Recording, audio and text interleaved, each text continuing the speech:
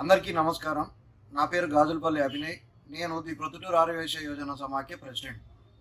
నిన్న మేము మా ప్రొద్దుటూరు నియోజకవర్గం ఎమ్మెల్యే శ్రీ రాజమౌళి శివప్రసాద్ రెడ్డి గారి సహకారంతో సీఎం అపాయింట్మెంట్ తెప్పించుకొని సీఎం గారిని కలవడం జరిగినది. ఏ ఏ పనిపైన కలిసాము అంటే మన ఊరు మన దుకాణం గురించి చర్చించడానికి, ఆయనకు వివరించడానికి రిప్రజెంటేషన్ ఇవ్వడం కోసం వెళ్ళినాము. ఈ రిప్రజెంటేషన్లో భాగంగా మేము ఆయనకు వివరించిన విషయాలు ఏంటి అంటే, లోకల్ అంటే స్థానిక వ్యాపారస్తులకు కార్పొరేట్స్ ద్వారా లేదా స్థానికేతర వ్యాపారస్తులు అంటే పెద్ద పెద్ద షాపింగ్ మాల్స్ ఇవన్నీ రావడం వల్ల స్థానిక దుకాణదారులు వ్యాపారస్తులు పడుతున్న ఇబ్బందుల గురించి ఆయనకు పూర్తిగా క్లియర్గా ఎక్స్ప్లెయిన్ చేయడం జరిగినది. ఆయన మాకు కావాల్సినంత సమయం కేటాయించి పూర్తి విషయం మొత్తం విని చాలా అనుకూలంగా స్పందించినారు.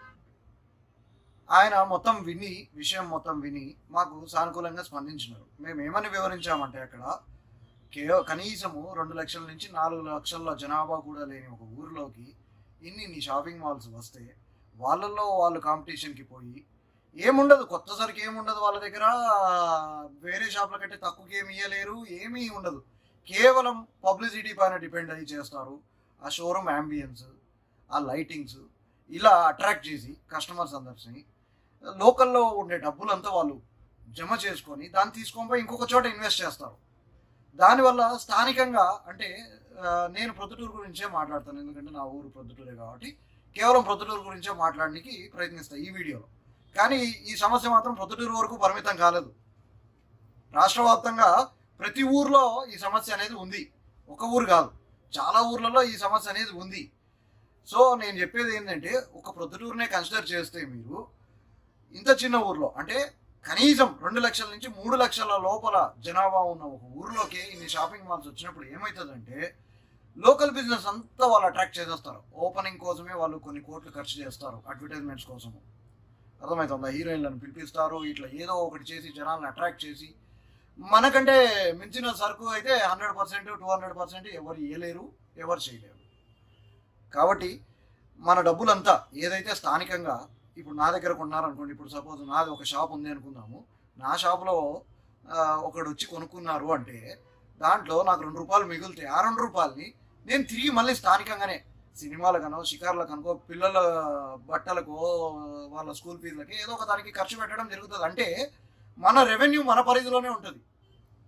ఎకనామికలీ మనం చాలా స్టాండర్డ్గా ఉండగలం. కానీ ఇలా స్థానికేతర వ్యాపారస్తులు ఇన్ ద సెన్స్ పెద్ద పెద్ద షాపింగ్ మాల్స్ వేరే ఊరి వాళ్ళు వచ్చి ఇలా రిమోట్ లొకేషన్స్ అండ్ చిన్న చిన్న పట్టణాలు 4 లక్షల లోపు పాపులేషన్ ఉన్న చోటికి రావడం వల్ల ఏమవుతుందంటే, ఉన్న సొమ్మునంతా కూడబెట్టుకొని మరుసటి రోజు దాని అంతా తీసుకొని వాళ్ళ అకౌంట్లో వేసుకొని ఇంకొక చోట ఎక్కడ ఇన్వెస్ట్ చేయడం జరుగుతుంది. దీనివల్ల ఏమవుతుందంటే లోకల్ ఫైనాన్షియల్ స్టేటస్ చాలా దిగజారిపోతుంది.